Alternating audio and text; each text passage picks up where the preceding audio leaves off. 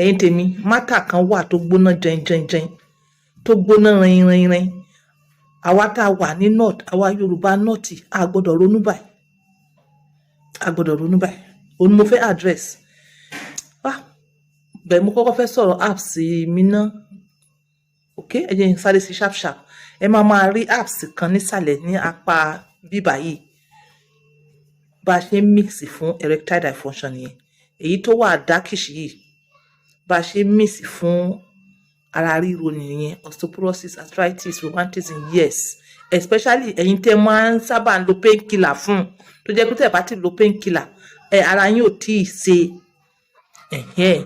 so fún èyí mixture tí mo sọ pé ti ara ríro yìí ti joint pains yìí ó dáa ju mi fẹ́ pé orúkọ painkiller kankan kọ́ mọ̀ sọ pé mo fẹ́ ba ọjọ́ lọ́jà jẹ́ mi fẹ́ pé orúkọ painkiller bẹ́ẹ̀ categorically yes mo ń sọ fún yín nísìsiyìí pé ó dáa ju painkiller lọ ní 50 times nǹkan táwa ti gbádà ni tó dẹ̀ ṣiṣẹ́ jojúmọ́ là ń tẹ̀síwájú yes tó bá ti débi tó ń lọ òní sinmi náà ni so fún èèyàn tó bá ní stress ẹ ní láti sọ ṣé fún erectile ni or fún ara ríro a lè supply gbogbo ẹ̀ kò síbi tá a kì í supply sí ní anywhere ṣóyè yín yes but ìyẹn ò ní pé kẹ́ máa include 1 or 2 exercise o bóyá tí màá fi especially ẹ̀yin obìnrin bóyá màá ọlọ́jẹ̀ wọn tí màá include irú exercise tó yẹ kẹ́ mọ̀ ṣe náà just small exercise ẹ bá jí láàárọ̀ kí gbogbo ẹ̀yin yín lè bá a nà gbogbo ẹ̀yin tó ti fold yẹn kó lè bá a nà díẹ̀ okay màá tún wá mọ̀ sọ more so ìwọ tó bá ní stress whatsapp please whatsapp 07015100651 ẹ ṣé gan yes to the matter of today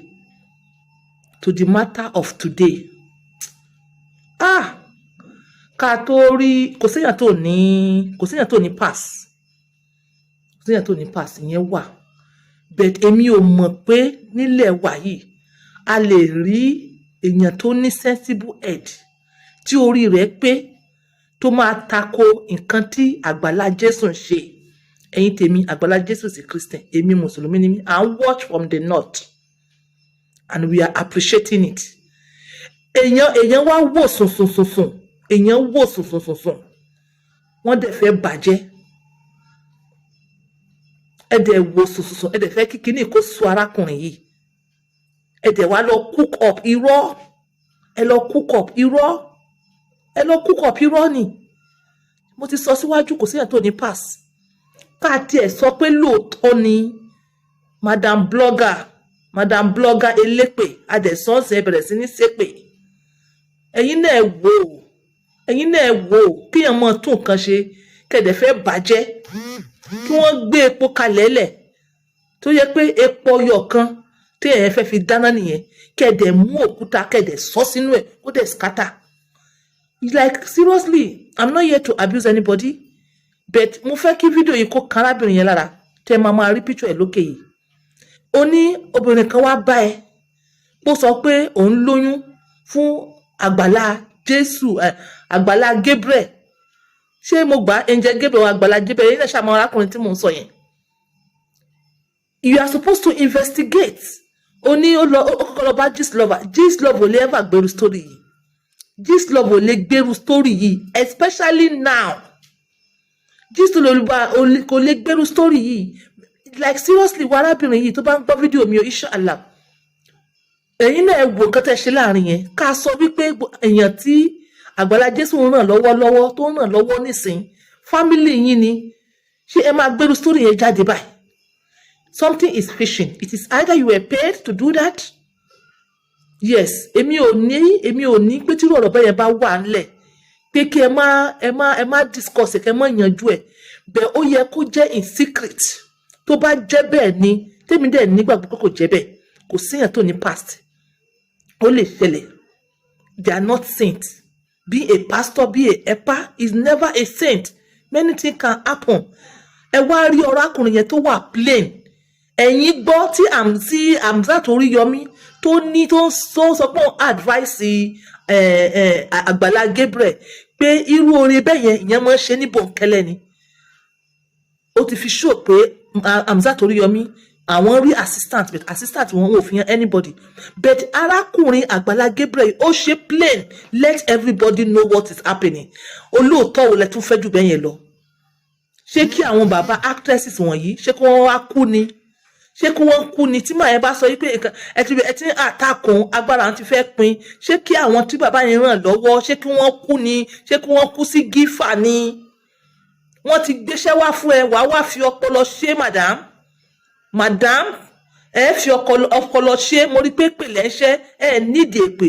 Tó bá jẹ́ pé mùsùlùmí ni yín ni ẹ lọ bẹ̀ lọ́wọ́ àwọn àfáà. Tó bá sì jẹ́ pé kìrìsìtẹ́nì náà ni yín ẹ lọ bẹ̀ lọ́wọ́ àwọn àfáà. Gbogbo ẹni tó bá ṣépè fún yàn tí ẹ ń gbọ́ nǹkan tí mo sọ, gbogbo ẹni tó bá ṣépè fún yàn èpè yẹn máa bá a. Òun náà ṣí ẹ nínú èpè yẹn. Tó bá dà ìbí irọ́ ẹ try ẹ watch out. Èpè yẹn tó bá yẹ pé èkúté iṣẹ́ yẹn ẹ dídì ṣẹ ni ẹ̀yin èèyàn ẹ máa wo fídíò yẹn lẹ́yìn ẹ máa wo fídíò yẹn láìpẹ́. Tó bá yẹ pé ẹ dídì ṣe èpè yẹn ni tó bá yẹ pé ẹ dídì ṣe èpè yẹn ni so yẹ yín ẹ̀yin ẹ just watch out.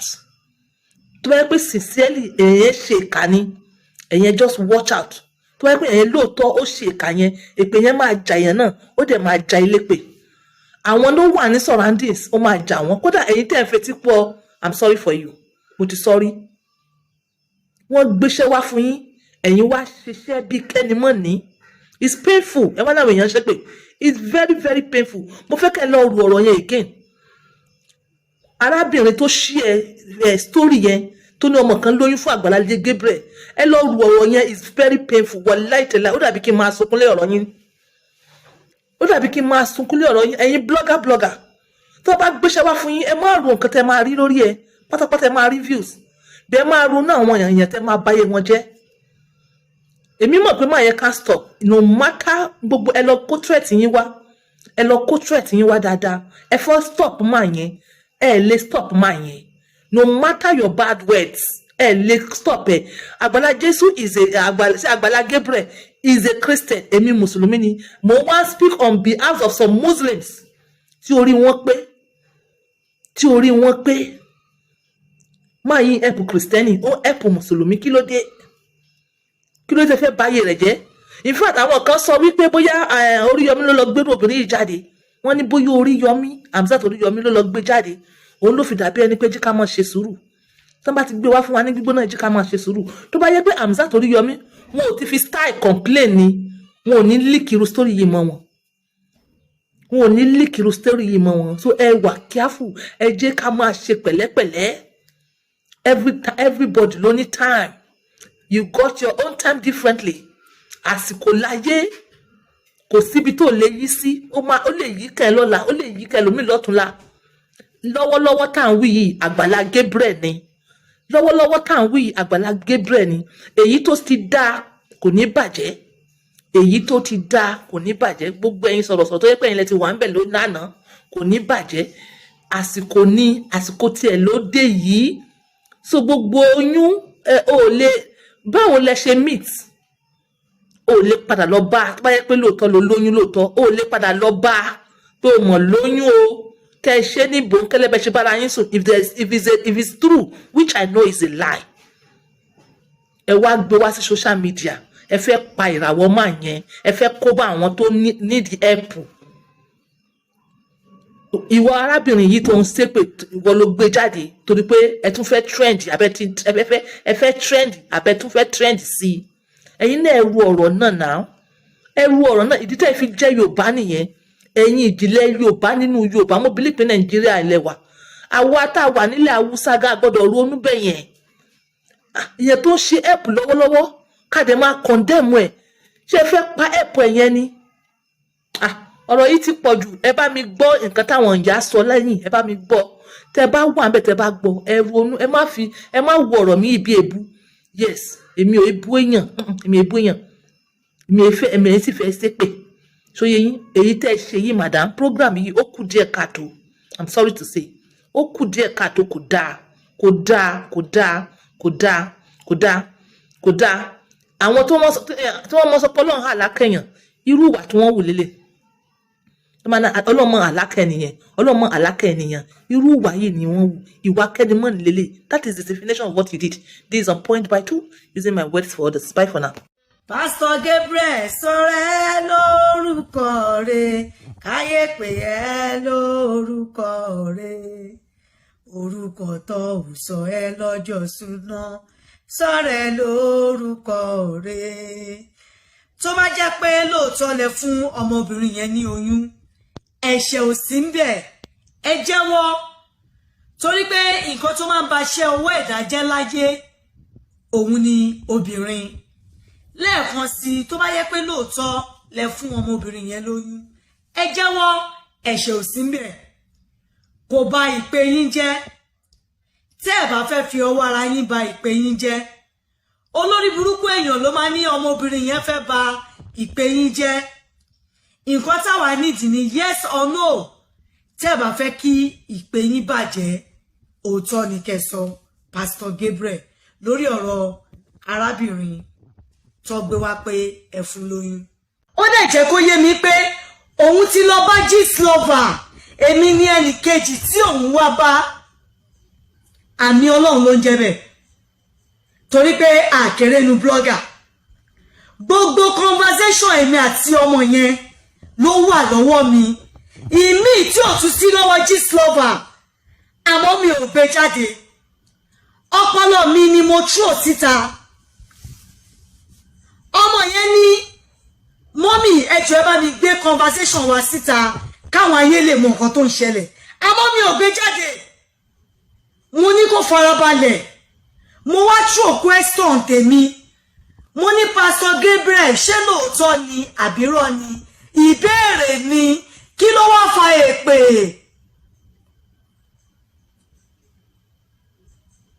Kí ló fa èpè?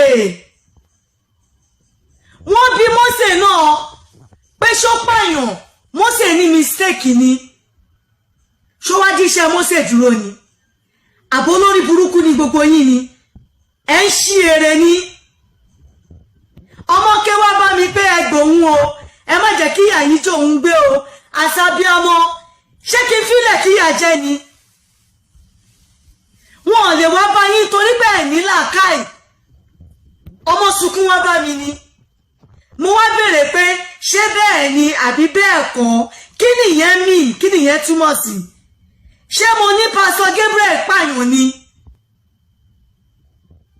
Mo dẹ̀ pé Pastor Gabriel lórí fóònù like 5 missed call bóyá wọn dẹ̀ kí n gbé fóònù ẹni tó bá store ni wọn ò gbé kọ́.